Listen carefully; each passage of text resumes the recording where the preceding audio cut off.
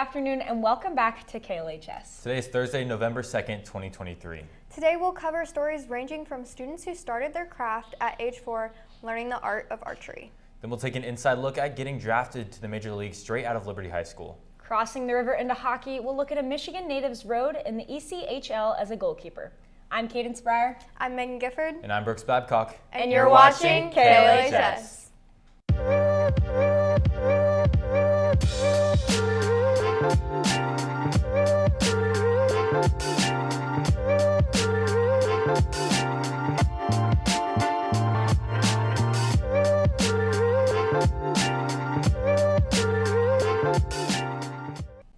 Sport archery dates back to 20,000 BC. It initially emerged as a technique for hunting and then later for warfare. One of the students here at LHS has competed in this sport since she was 4. Reporters Lauren Ponchich, Maddie Barnes, Libby Hurst, and Ava Clemmy have more on the inside look at Delaney Stokes' archery story. Archery is not an easy sport to perfect. Delaney Stokes has been practicing since the age of 4 years old. Now at the age of 16, she practices in her backyard to perfect her skills. I'm here with Delaney Stokes to talk to her about her archery journey. So Delaney, why choose archery rather than any traditional sport? Well, I've been shooting since I was 4, and it's kept me pretty busy with competition, so I've never really had any time to do any other sports. Thank you, Delaney. So let's hear more from Delaney herself and her father about her archery journey.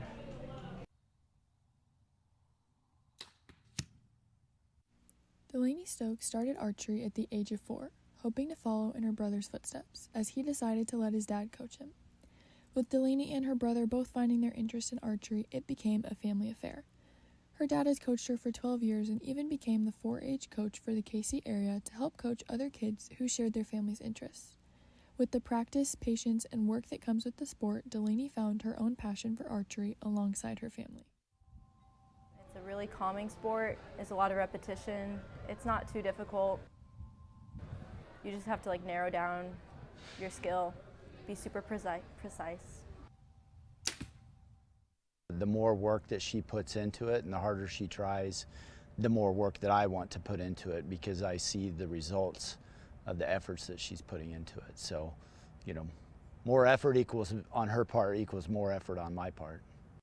All right, remember after you get your sight picture and you're making your final checks and you're on the up side of your breath and you're slowly exhaling, you want that trigger to go off at the bottom of your exhale. As Delaney progressed in her skills, she took the chance to try out for the Missouri State team in October of 2022. After tryouts, she made the team of only 5 members and continued to grow in her abilities. The state team travels all over Missouri twice a month for an entire weekend at a time to put in the effort they need to better their skills. From here, Delaney went on to compete nationally in June of 2022, where her team placed 4th out of 47 states.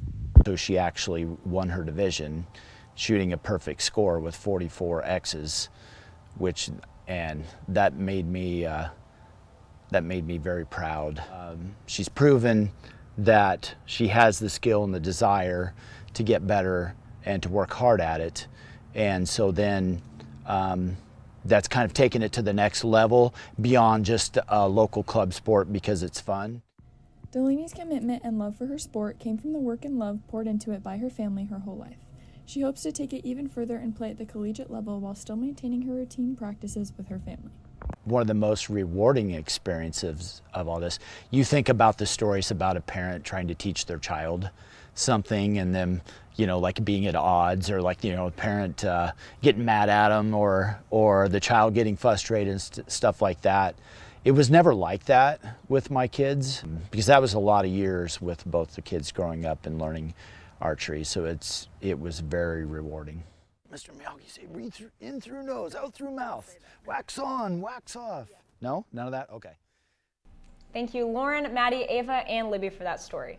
It's inspiring to see students here who put hard work into something they're passionate about. Yes, lots of students here at LHS have and are working very hard to perfect their craft. Carson Milbright, an LHS alum who graduated in 2022, has his share on what it means to work hard to become one of the best. Right out of graduation, he got picked up by the Miami Marlins. Reporters Grace Halter, Tishawn Alexander, and Abel Enriquez have more on Carson's journey to the MLB. Carson Milbright, a former Blue Jay star pitcher and 2021 Gatorade Player of the Year, was drafted 85th overall by the Miami Marlins. He has been in the game for all his life, and Liberty Baseball has really taken off his career. Who is someone that left their mark on the baseball team? I would definitely say Carson Milbrandt was that guy. Obviously, he got drafted, but he was a great leader for us young guys, showing us how it's done. Speaking of Carson Milbrandt, we have an inside scoop on him. The 19-year-old takes a deep breath and throws home. Swing and a miss, strike three. My name is Carson Milbrandt. I play for the Miami Marlins. Carson Milbrandt has been playing baseball since he was able to walk. He has always had a love for the sport. Little did he know during his high school career, things were really going to take off for him. So Liberty Baseball has really helped my career with, first of all, just growing up. My freshman year, I had a few innings on varsity, nothing really special, but I got called up to the district roster, and they really took me in as a family and taught me how to do things like the Liberty Baseball way. So that was definitely really cool just to be a part of that my freshman year. And then sophomore year, obviously didn't have any season got canceled due to COVID. And then junior year, is still kind of freshman year expectations, kind of go in there, do things Liberty Baseball way. Lots of small ball, you really got to bond as a team, and that's really what we did, and that kind of just taught me how to play baseball. Carson's hard work and dedication really paid off, granting him the opportunity to be drafted. Yeah, so on draft day, we kept the party kind of small, just pretty much my family and a few family friends, but it's definitely a super relieving feeling to hear your name get called and see your name on the TV, but I was really worried because I was enrolled at school in Vanderbilt and I had a paper due the next day. And if I didn't get that paper, or if I didn't get drafted, that paper would have been due. So really relieved to see my name on the screen, but it was really nice to see all the hard work pay off, and it was a good time for sure. The day that he got drafted, it was like filled with anticipation because we didn't really know where he would go. Like, we originally thought he was going to go with the Royals, and then all of a sudden he went with the Marlins, and it was so exciting. Everyone was like jumping up and down and screaming and smiling and crying, but I think everyone was just like super proud, and it was just a cool thing. Milbrandt has received lots of love along the way from his supporters, but his number one supporters would have to be his family.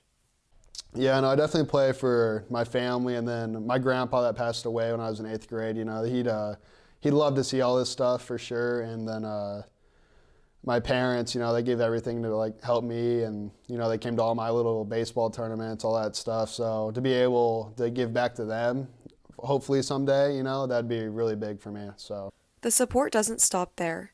Milbrandt gives a lot of respect to his childhood best friend who has helped him get to where he is now. Yeah, a person that's helped me get here today is definitely one of my best friends. His name's Jeremiah Halter. We grew up together, playing baseball together, just hanging out, really good family friends. But after our season got canceled my sophomore year during COVID and all the gyms started shutting down, he was actually the guy that was kind of like, hey, he's a wrestler. He was like, hey, I'm going to start lifting, like, you're more than welcome to come. So started lifting with him and started to see some like really good increases in velocity and started getting stronger and bigger. And even the days I didn't want to lift where I'd make up an excuse, he'd actually come to my front door and drag me out of the house. But definitely helped me, made me who I am today. Carson Milbrandt is a proud graduate of Liberty High School, and he has forever left his mark on the Blue Jay community. This has been Grace Halter reporting for KLHS. Thank you, Grace, T-Shawn, and Abel for that inside look. Whenever you watch a sports game, there's more that goes on in a locker room than what meets the eye. Every player has their own story on where they come from and why they play the game. On top of that, there are many other challenges trying to make your way around the pros. Reporters Brooks Babcock, Dominic Akili, and Mia Linderman give us an inside look into the KC Mavericks goalie, Dylan Kelly, and his journey in the NHL so far.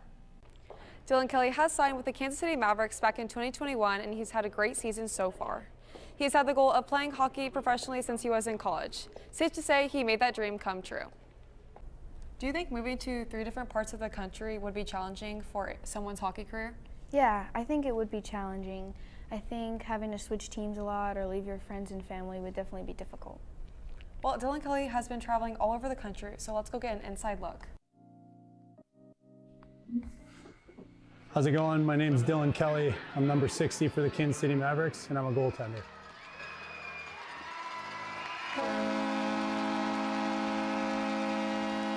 Well, this is my 6th year pro. I've kind of been at a bunch of different levels, to be honest. This is technically my third year in Kansas City. I was here all of last year. I was here for a little bit the year before they traded me to Rapid City. Before that, I've spent some time in North Carolina, New York, Connecticut. Yeah, pretty much all over, so. Dylan has been all over the country playing hockey, but his journey kicked off in his home state of Michigan, and it wasn't always easy. It was hard for sure. That was, my first year in Metro too. My mom moved downstate with me because I was still in high school. So that was my first full year away from home, out of Michigan, stuff like that. So it was an adjustment period. I was definitely nervous going into it, but once I got there and got settled in, ultimately all I really cared about was playing hockey. So once I got there and got, started doing that, I was fine. It was awesome. A dream come true. That's what every guy coming out of school was hoping to do, and I knew I had aspirations to play pro hockey, and that was obviously step one. So I was really grateful to get that experience at the end of my college career, going into my first full year. And to travel around, it's cool getting to see different parts of the world and parts of the U.S. And with that, I'm meeting a lot of new people, making a lot of new friends, and making new memories, which is cool. But it also comes with some stress and anxiety, right? Like I said, a lot of moving, a lot of new faces. You have to get good at getting comfortable with new people and new places. So that can be a challenge at times, but I've really enjoyed it. I've ran into some amazing people, amazing coaches along my way. And I wouldn't have it any other way. It's always hard to leave your family and friends, but at the end of the day, they're also the people I play for. And this might sound bad, but at this point, I'm kind of used to it a little bit, right? So, most of us, I think I speak for most pro hockey players, you leave home when you're like 16, 17. Senior Jack Freiberger is also a goalie who just moved away to play in the USPHL, a junior league in Wisconsin. I chose to move because there wasn't many opportunities for advancing in hockey in Kansas City, so I had to come up north to further pursue my hockey career. And up here we'll play in front of a lot more scouts for Tier 2, Tier 1, or college hockey. There's sacrifices that come with wanting to pursue the game.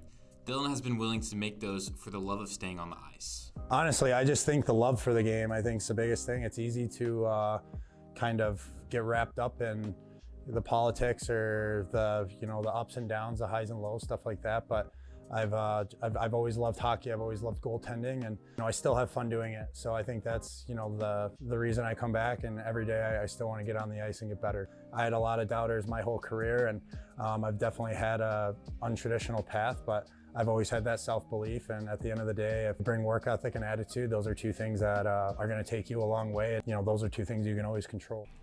Thank you to all of our on-air reporters as well as our behind-the-scenes crew. Make sure to follow all our social media at KLHS_Jays to keep up with all things LHS, and subscribe below so you don't miss another show. Reporting for KLHS, this has been Caden Spryer, Megan Gifford, and Brooks Babcock. Have a fantastic Friday, Jays.